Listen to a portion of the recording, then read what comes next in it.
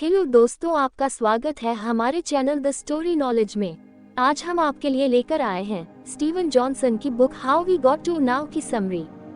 इस बुक में हम देखेंगे कि किस तरह से हम आज इस नए जमाने तक पहुंचे हैं। यह किताब हमें बताती है कि किस तरह से एक घटना ने दूसरी घटना को जन्म दिया और दूसरी घटना ने तीसरी घटना को, जिस वजह से आज हम यहाँ तक पहुँच पाए हैं। इस किताब की मदद से हम यह जानेंगे कि किस तरह से यहाँ पर सब कुछ एक दूसरे से जुड़ा हुआ है। हमारी दुनिया के हर एक जीव का इवोल्यूशन किसी दूसरे जीव की वजह से हुआ है। आपको बाहर से देखने में लगता होगा कि सारे जानवर किसी भी तरह से एक दूसरे से जुड़े हुए नहीं हैं, लेकिन असल में हम सभी जानवर जुड़े हुए हैं। हर एक जीव का इवोल्यूशन किसी दूसरे जीव की वजह से हुआ है। इसे कोइवोल्यूशन कहा जाता है। इवोल्यूशन एक ऐसी प्रक्रिया है जहां पर एक जीव किसी दूसरे कमजोर जीव को खाकर जन्म लेता है, लेकिन कोइवोल्यूशन में एक जीव में कुछ बदलाव होते हैं जिससे कोई दूसरा जीव फायदा पाता है। अब से लगभग 14 करोड़ साल पहले फूलों में खुशबू और रंग पैदा होने लगे जिससे वे कीड़ों को आकर्षित करते थे। ये कीड़े जब फूलों का रस पीने के लिए आते थे तो फूलों के बीज उनसे चिपक जाते थे, जिससे वो फूल दूसरे फूलों से मेट करके बीज पैदा करते थे। इस तरह से फूल कीड़ों की मदद से अपने बीज बना लिया करते थे और कीड़ों को खाना मिल जाया करता था। इस तरह से कीड़े और फूल एक दूसरे पर निर्भर रहने लगे। इस वजह से हमिंगबर्ड का पंख विकसित हुआ था। हमिंगबर्ड नाम का पंछी भी फूलों की तरफ आकर्षित होता था, लेकिन उन फूलों के रस को पीने के लिए उसे मधुमक्खियों की तरह हवा में उड़ते रहने की जरूरत थी। शुरुआत में वे ऐसा नहीं कर पाते थे, लेकिन समय के साथ उनके पंख विकसित हुए और वो कुछ इस तरह के बन गए जिससे वे मधुमक्खियों की तरह हवा में उड़ते हुए फूलों का रस पी सकते हैं। तो इस तरह से फूलों से कीड़ों का और हमिंगबर्ड का विकास हुआ था। इन सब का जन्म एक दूसरे से जुड़ा हुआ है। अगर हम लंबे समय के इतिहास को देखें तो हम यह पता नहीं कर पाएंगे कि किस तरह से वे सारे बदलाव आए हैं। इतिहास को जानना इतना भी आसान काम नहीं है। कभी कभी इसे जानने के लिए हमें बहुत दूर तक देखना पड़ता है और उसमें होने वाली बहुत सी घटनाओं के बारे में हम पता नहीं लगा पाते। एग्जाम्पल के लिए शायद आपने बटरफ्लाई इफेक्ट का नाम सुना होगा। इसमें यह कहा जाता है कि अगर इतिहास में जाकर एक तितली के पंख हिलाने के तरीके को हल्का सा बदल दे तो उससे बहुत सारी घटनाओं की एक कतार लग जाएगी, जिससे धरती पर किसी दूसरी जगह पर बवंडर आ सकता है। यानी कि इतिहास में होने वाले एक छोटे से बदलाव का असर भविष्य पर इतना ज्यादा पड़ता है कि उससे तबाही आ सकती है, लेकिन हम यह बता नहीं सकते कि यह कैसे होगा। यह बात तो साफ है कि एक घटना को बदलने से भविष्य में बहुत से बदलाव आ सकते हैं, लेकिन वो बदलाव किस तरह से आएंगे हम यह नहीं बता सकते। इसे लान जूंग यू कहा जाता है, लेकिन कुछ बातों का पता हम लगा सकते हैं। एक छोटे से बदलाव के क्या नतीजे हो सकते हैं यह हम पता लगा सकते हैं। एग्जाम्पल के लिए गूगल को ले लीजिए। जब गूगल ने अपना सर्च इंजन निकाला तो बहुत से लोग उसे इस्तेमाल करने लगे। ज्यादा लोगों के होने की वजह से गूगल ने अपने बिजनेस मॉडल में बदलाव किया और दूसरी कंपनियों के ऐड उन लोगों को दिखाने शुरू किए। यहाँ पर गूगल ने अपने बिजनेस मॉडल में एक छोटा सा बदलाव किया, लेकिन इसका असर दुनिया भर की एड एजेंसी पर देखने को मिला। उनका प्रॉफिट कम होने लगा, साथ ही कंपनियों के काम करने के तरीकों में बदलाव आने लगा। लोग अपनी कंपनी के लिए वेबसाइट बनाने लगे, इसके लिए नई नौकरियां बनने लगी। उन नौकरियों की जानकारी देने के लिए नए स्कूल और कॉलेज बनने लगे। इस तरह से गूगल के किए गए एक छोटे से बदलाव ने पूरी दुनिया पर असर डाला। इस केस में हम यह देख सकते हैं कि इतने बड़े बदलाव किस छोटे से काम से जुड़े हैं, लेकिन ज्यादातर हालातों में यह पता कर पाना मुश्किल होता है कि अगर आप आज घर पर खाना ना खाकर बाहर खाना खा लेंगे तो उससे किस तरह से आने वाले वक्त में दुनिया बदल जाएगी। एक इनोवेशन से दूसरा इनोवेशन कुछ इस तरीके से जन्म ले सकता है जिसकी कल्पना भी नहीं की जा सकती। क्या आपको पता है कि एक जमी हुई मछली की वजह से फैमिली प्लानिंग संभव हो सका था? यह बात सुनने में जितनी अजीब है असल में उतनी ही सच भी है। क्लेरेंस बर्डसाई नाम का एक व्यक्ति कनाडा की बर्फ भरी जगहों पर मछली पकड़ रहा था। वहाँ का तापमान इतना कम था कि वो जैसे ही मछली को पानी से बाहर निकालता वो मछली जम जाती थी। जब उस मछली को वो घर पर ले जाकर खाता था तो उसे वो मछली खाने में बहुत ताज़ा लगती थी। इस तरह से उसके दिमाग में फ्लैश फ्रीजिंग का आइडिया आया। इसके बाद उसने एक ऐसी टेक्नोलॉजी बनाई जिसमें खाने को जमा कर उसे काफी समय तक ताज़ा रखा जा सकता था। इससे मीट और फलों को दूर तक ले जाया जाने लगा। इस तरह से एक इनोवेशन दूसरे इनोवेशन से कुछ इस तरह से जुड़ा हुआ है कि हम उसका पता भी नहीं लगा सकते। कुछ छोटी छोटी चीजों से समाज में बहुत भारी बदलाव आ सकता है। हम 14वीं और 17वीं शताब्दी के समय को रिनाइसेंस का समय कहते हैं। यह वो वक्त था जब लोगों की मानसिकता में बहुत से बदलाव आए। यह वो वक्त था जब इंसान ने खुद के अंदर झांक कर खुद को जानने की कोशिश की। इसकी शुरुआत हुई थी शीशे से।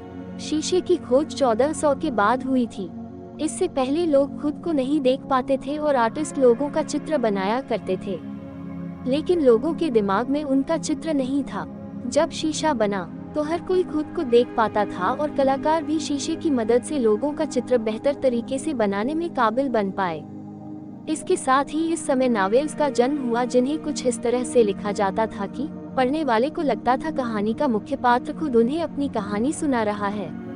इन कहानियों को पढ़ने के बाद लोग खुद के विचारों पर और अपनी जिंदगी पर सवाल किया करते थे। वे खुद को उस कहानी के हीरो की तरह देखना शुरू करते थे और जाने अनजाने में उसकी तरह काम भी किया करते थे। लेकिन इस शीशे और नॉवेल्स ने हमारे समाज को किस तरह से बदला, हम पक्के तौर पर तो नहीं कह सकते, लेकिन इन चीजों की वजह से ही एक व्यक्ति ने खुद को समाज के एक अंग की तरह देखना छोड़कर खुद को एक अलग इंसान की तरह देखना शुरू किया। जब वे खुद को देख पाते थे तो वे खुद के अंदर भी देखना शुरू करते थे। उनके दिमाग में उनकी एक अलग पहचान बननी शुरू हुई। इस तरह से नए जमाने के यूरोप का जन्म हुआ। अब हम यह सीधे सीधे तो नहीं कह सकते कि शीशे ने नए जमाने को जन्म दिया, लेकिन इसने उन आइडियाज को जन्म दिया जिन पर आज का समाज आधारित है। फोटोग्राफी के जन्म की वजह से हम दुनिया एक हिस्से को दूसरे हिस्से से वाकिफ करा पाए। अंधेरे में उजाले की जरूरत हमें हमेशा से थी। जब मोमबत्ती की खोज हुई तो इसकी मांग लोगों में बहुत तेजी से बढ़ने लगी, लेकिन उस समय मोमबत्ती स्पर्मसेटी नाम की चीज से बनाया जाता था, जो कि स्पर्म वेल की खोपड़ी में पाया जाता था। स्पर्म वेल का शिकार करना बहुत खतरनाक काम था और इसलिए मोमबत्ती उस समय बहुत महंगी मिलती थी, लेकिन इसकी मांग बहुत ज्यादा थी, जिस वजह से स्पर्म वेल का शिकार इतना ज्यादा होने लगा कि उनके खत्म होने की नौबत आ गई थी। बाद में बल्ब के बन जाने से सिर्फ वेल ही नहीं बचे, बल्कि लोगों में लिटरेसी रेट्स भी बढ़ गए, क्योंकि वे अब ज्यादा पढ़ पा रहे थे। इसके बाद जब हम रोशनी को बनाना सीख गए तो इससे समाज सुधार के बहुत से काम होने लगे। चार्ल्स स्मिथ नाम के एक एस्ट्रोनॉमर और इनोवेटर ने 1800 की सदी में गीजा के पिरामिड पर फोटोग्राफी का इस्तेमाल किया था। राजा के अंधेरे कमरे की फोटो लेने के लिए उन्होंने मैग्नीशियम और बारूद का इस्तेमाल किया था और कमरे में रोशनी की थी।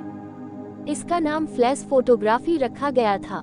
इसके बाद जैकब रिस नाम के एक पत्रकार ने फ्लैश फोटोग्राफी के बारे में जाना और उसने न्यूयॉर्क के 5 पॉइंट्स नेबरहुड में रहने वाले लोगों की बद से बदतर हालात की फोटो खींचकर दुनिया के सामने लाने का काम किया। उसने पहले ही यहाँ के बारे में बहुत सी बातें लिखी थी, लेकिन यहाँ की अंधेरी गलियों की फोटो खींच पाना उसके लिए संभव नहीं था। फ्लैश फोटोग्राफी के जरिए यह संभव हो सका। जब यह फोटो लोगों तक पहुंची तो वे सरकार के ऊपर भड़क गए। इसके 2 साल के बाद New York state tenement house act को पास कर दिया गया, जिससे वहां के गरीब लोगों की बुरी हालत में सुधार आया। इस तरह से एक फ्लैश फोटोग्राफी की खोज की वजह से समाज सुधार का काम संभव हो सका था। कभी कभी नेक इरादे से की गई खोज का नतीजा बहुत बुरा होता है।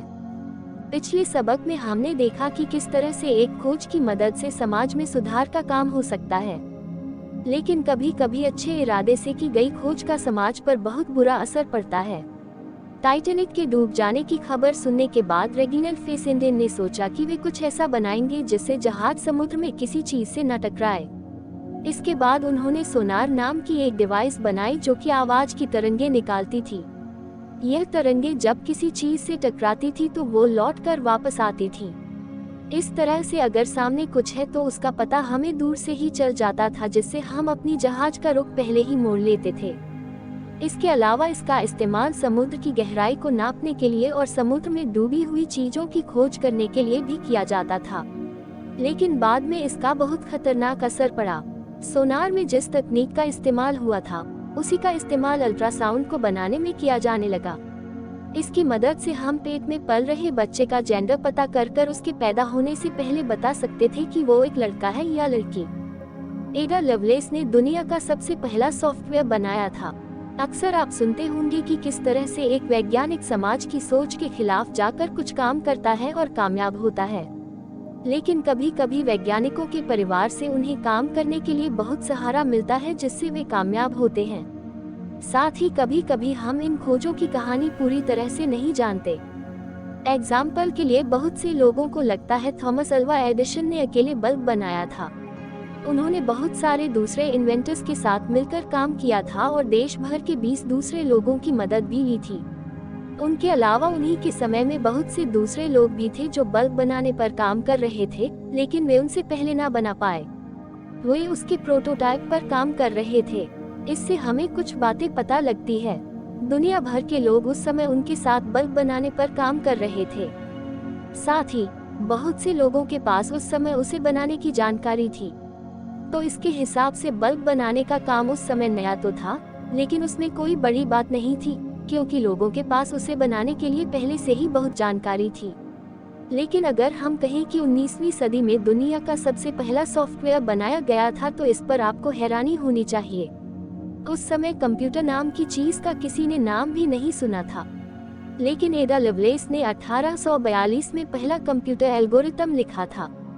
लवलेस लॉर्ड बायरन नाम के एक व्यक्ति की बेटी थी। लॉर्ड बायरन एक बहुत ही क्रिएटिव व्यक्ति थे जो कि आगे चलकर पागल हो गए थे। एडा की मां ने कहा कि वे मैथ्स की पढ़ाई करें ताकि वे अपने पिता की तरह पागल ना हों। इसके बाद लवलेस ने चार्ल्स बैबेज की मदद की जिससे वे पहला कंप्यूटर बना पाए। चार्ल्स बैबेज को फादर ऑफ कंप्यूटर कहा जाता है। उनके इस प्रोजेक्ट के साथ ही दुनिया का सबसे पहला सॉफ्टवेयर पब्लिश हुआ था।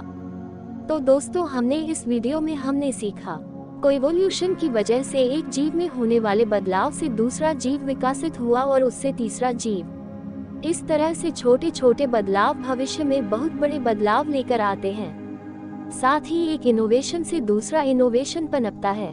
कभी कभी यह डायरेक्ट नहीं होता, लेकिन इसका असर कहीं न कहीं हमें देखने को जरूर मिलता है। इस तरह से यहाँ पर सब कुछ एक दूसरे से जुड़ा हुआ है। तो दोस्तों, यह थी how we got to now book की समरी। हमारा लक्ष्य है कि आप हमारे वीडियो से हर दिन कुछ न कुछ सीखें और इससे अपने जीवन को बेहतर बनाएं। आपको वीडियो कैसा लगा कमेंट में बताइए। इस वीडियो को लाइक करें और हमारे चैनल को सब्सक्राइब करें और इसे अपने दोस्तों के साथ शेयर करना न भूलें। मिलते हैं अगले वीडियो में। धन्यवाद।